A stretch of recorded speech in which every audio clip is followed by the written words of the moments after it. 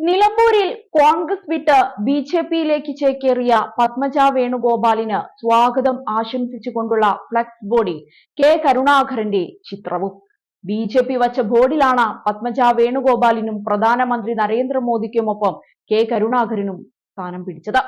ഇത് കണ്ട് കലിയിളകിയ കോൺഗ്രസ് പ്രവർത്തകർ ഫ്ലക്സ് വലിച്ചു കീറിയെറിഞ്ഞു. നിലമ്പൂർ ടൗണിലായിരുന്നു ബി.ജെ.പിയുടെ ഫ്ലക്സ് ഉണ്ടായിരുന്നത്. ബി.ജെ.പിയുടെ മുനിസിപ്പൽ കമ്മിറ്റിയാണ് ലീഡർ കെ കരുണാകരനെ കൂടി ഉൾപ്പെടുത്തിയ ഫ്ലക്സ് സ്ഥാപിച്ചത്. എന്നാൽ അധികം വൈകാതെ തന്നെ ഇതിന്റെ ചിത്രങ്ങൾ ഉൾപ്പെടെ വലിയ രീതിയിൽ ഷെയർ ചെയ്യപ്പെടുകയും ചർച്ചകൾക്ക് തുടക്കമിടുകയും ചെയ്തതോടെ കോൺഗ്രസ് പ്രവർത്തകർ ഇടപെടുകയായിരുന്നു. ലോക്സഭാ തെരഞ്ഞെടുപ്പിന് മുന്നോടിയായി ബി.ജെ.പിയിലേക്ക് മറുകണ്ഠം ചാടിയ പത്മജയുടെ ഫലത്തിൽ കരുണാകരന്റെ പേരിൽ ബി.ജെ.പി രാഷ്ട്രീയ മുതലെടുപ്പ് നടത്തുമെന്ന ഭയം കോൺഗ്രസിന് നേരത്തെ തന്നെ ഉണ്ടായിരുന്നു. പല ഘട്ടത്തിലും അവർ അത് ഊന്നിപ്പറയുകയും താക്കീത് നൽകുകയും ചെയ്തതാണ്. തെരഞ്ഞെടുപ്പിൽ അത് വലിയ രീതിയിൽ തിരിച്ചടിയാവുമെന്ന കണക്കുകൂട്ടലിലാണ് കോൺഗ്രസ് നേതൃത്വം. എന്നാൽ ഇതിനെ സാധൂകരിക്കുന്നതാണ് ഏറ്റവും പുതിയ സംഭവ വികാസങ്ങൾ. ബി.ജെ.പി ഏറെ പ്രതീക്ഷയോടെ നോക്കിക്കാണുന്ന തൃശൂർ മണ്ഡലത്തിൽ പത്മജയെ മുന്നിൽ നിർത്തിയുള്ള പ്രചരണം ബി.ജെ.പി തുടങ്ങുമ്പോൾ അത് ലീഡറുടെ കുടുംബത്തിന്റെ പേരിൽ വീണേക്കാവുന്ന വോട്ടുകളെ പെട്ടിയിലാക്കുക എന്ന ലക്ഷ്യത്തോടെ തന്നെയാണ്. ഈ സാഹചര്യത്തിൽ കൂടുതൽ ജാഗ്രതയോടെയാണ് കോൺഗ്രസ് ഇതിനെ നോക്കിക്കാണുന്നത്. കഴിഞ്ഞ ദിവസം വിഷയത്തിൽ പ്രതികരിച്ച കോൺഗ്രസ് നേതാക്കളുടെയെല്ലാം ശരീരഭാഷയിലും വാക്കുകളിലും ഇക്കാര്യം പ്രകടവുമായിരുന്നു. യുവനേതാവ് രാഹുൽ മാങ്കൂട്ടത്തിലാവട്ടെ പത്മജിയുടെ രാഷ്ട്രീയ പിതൃത്വം കരുണാകരനിൽ അവകാശപ്പെടാൻ കഴിയില്ലെന്ന വ്യക്തമായ സന്ദേശം നൽകുകയും ചെയ്തതാണ്. അതിനിടെ പാർട്ടി വിട്ടതിന് പിന്നാലെ കോൺഗ്രസ് നേതൃത്വത്തിനെതിരെ രൂക്ഷ വിമർശനവുമായാണ് പത്മജ വേണുഗോപാൽ എത്തിയത്. സഹിച്ച് മതിയായിട്ടാണ് താൻ കോൺഗ്രസ് വിട്ടതെന്നായിരുന്നു പത്മജയുടെ പ്രതികരണങ്ങൾ എപ്പോഴും. കഴിഞ്ഞ നിയമസഭാ തെരഞ്ഞെടുപ്പ് കഴിഞ്ഞപ്പോൾ തന്നെ ഇനി ഞാൻ ഈ പാർട്ടിയിലേക്കില്ലെന്ന് പറഞ്ഞിരുന്നു. വേറെ എവിടെയും പോകാനല്ല, രാജിവെച്ച മകളുടെ അടുത്തേക്കെങ്ങാനും പോകാനായിരുന്നു തീരുമാനം. എന്നാൽ അച്ഛന്റെ പേരിലുള്ള മന്ദിരം പണിയാനായി ഇവിടെ തന്നെ നിൽക്കണമെന്നായിരുന്നു എല്ലാവരും ആവശ്യപ്പെട്ടത്.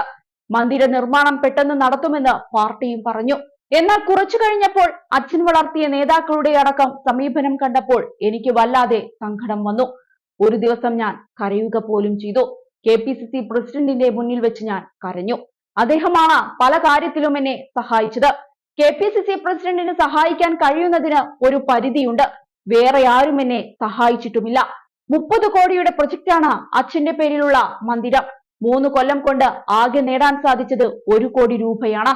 ചില DCCക്കാർ ഉമ്മൻചാണ്ടിയുടെ സ്മാരകം നിർമ്മിക്കേണ്ടതിനാൽ അച്ഛന്റെ സ്മാരകത്തിന് പിരിവ് നടത്താൻ സാധിക്കില്ലെന്ന് പറഞ്ഞു. അതിനു മുൻപ് മരിച്ചത് അച്ഛനാണ്. 14 കൊല്ലമായി അച്ഛൻ മരിച്ചിട്ട്. ഇനിയിപ്പോൾ ഞാൻ പോയതുകൊണ്ട് അവർ സ്മാരകം പണിയുമായിരിക്കും. പ്രിയങ്ക ഗാന്ധിയെ തെരഞ്ഞെടുപ്പ് പ്രചരണത്തിന് കൊണ്ടുവരുന്നതിനുള്ള ചിലവെന്നും പറഞ്ഞ് 50 ലക്ഷമാണ് നേതാക്കൾ ചോദിച്ചത്. 22 ലക്ഷം ഞാൻ കൊടുത്തു. പ്രിയങ്കയോടൊപ്പം വാഹനത്തിൽ ഞാനല്ലേ കയറേണ്ടതെന്ന് ചോദിച്ചപ്പോൾ DCC പ്രസിഡന്റ് എന്നോട് ദേഷ്യപ്പെട്ടു. അങ്ങനെയാണെങ്കിൽ ചേച്ചി തന്നെ തെരഞ്ഞെടുപ്പ് നടത്തിക്കോ, ഞങ്ങൾ മാറി നിൽക്കാമെന്നായിരുന്നു അദ്ദേഹം പറഞ്ഞത്.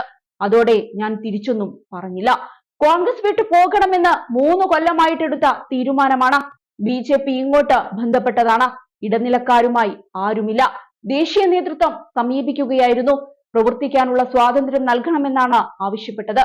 കെ മുരളീധരൻ പറയുന്നതിലൊന്നും എനിക്ക് ഒട്ടും തന്നെ വിഷമമില്ല. അദ്ദേഹത്തിനെതിരെ തൃശൂരിൽ പ്രചരണത്തിന് പോകേണ്ടി വന്നാൽ പോകുമെന്ന് തറപ്പിച്ചു പറഞ്ഞിരിക്കുകയാണ് പത്മജ വേണുഗോപാൽ. ഇതുവരെ കോൺഗ്രസിനൊപ്പം നിന്ന പത്മജ ഇനി അധികാരമോഹത്തിനായി ബി.ജെ.പിക്ക് വേണ്ടി എല്ലാ കളികളും കളിക്കുമെന്നതിൽ ഒരു സംശയവും വേണ്ട.